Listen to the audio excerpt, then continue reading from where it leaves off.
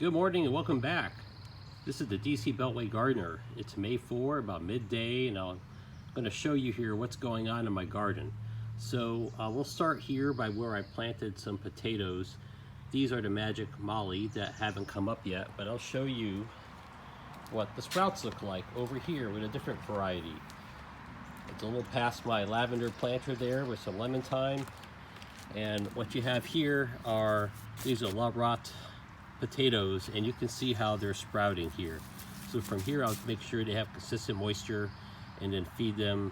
Well, I want to use fish emulsion, but my dog loves that. So I'm gonna have to figure out another way to fertilize these. Something higher in nitrogen I found, but I'd rather use fish emulsion. Also, I should have took a look back here, and I did plant some gazinias here in with the lavender and the thyme.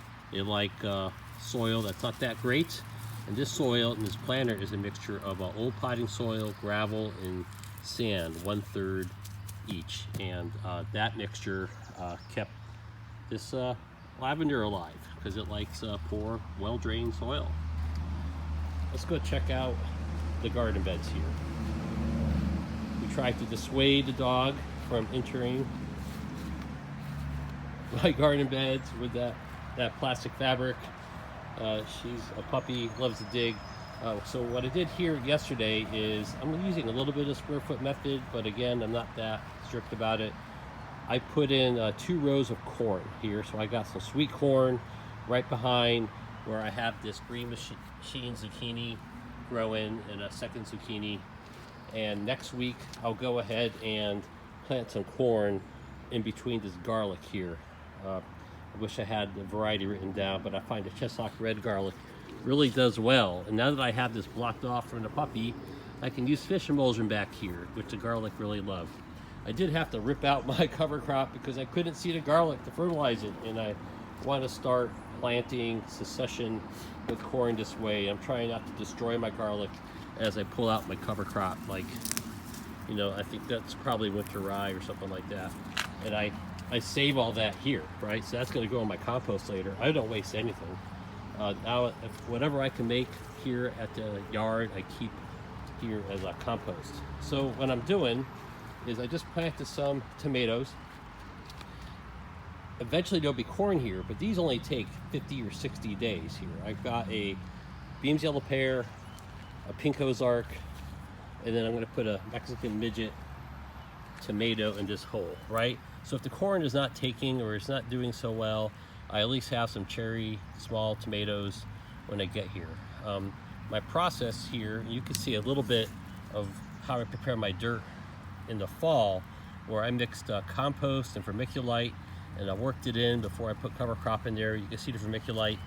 Well, so I dig down, and then I went ahead and I took the soil and I mixed the soil with my compost, right? So I have a soil compost mix here, then I'm backfilling the tomatoes once I put them in there, and my compost is doing pretty well. It's nice and warm in there, and I'm pretty happy about that. I used 1 whole bin of my compost roller.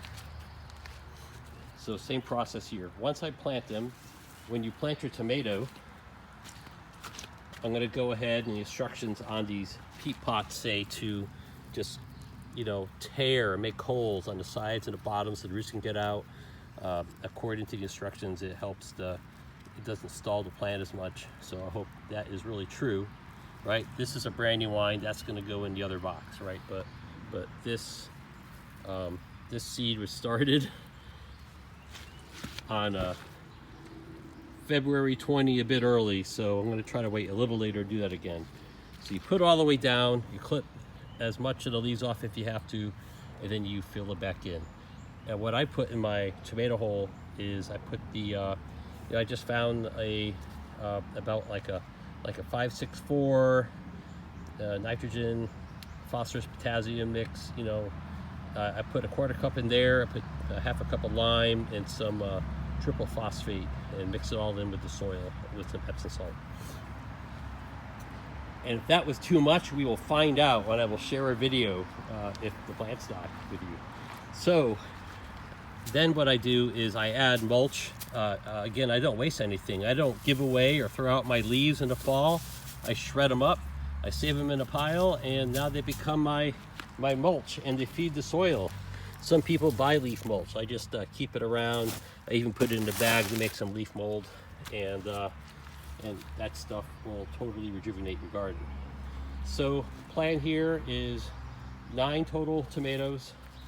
I'm trying to be sneaky by interplanting chard. I'll even put like a ground cherry and a couple serranos in there. They did okay between the plants last year. I'm just trying to crowd things in because I want to maximize my space. And then I will finish the drip irrigation. So that's all for now. And if you have any questions or comments, please put them below. I would love to see links to videos of your garden. Go ahead and start up a YouTube channel so we could all see and share what we're doing. All right, please subscribe if you like this, and let me know what you'd like to see next. Good luck in Zone 7.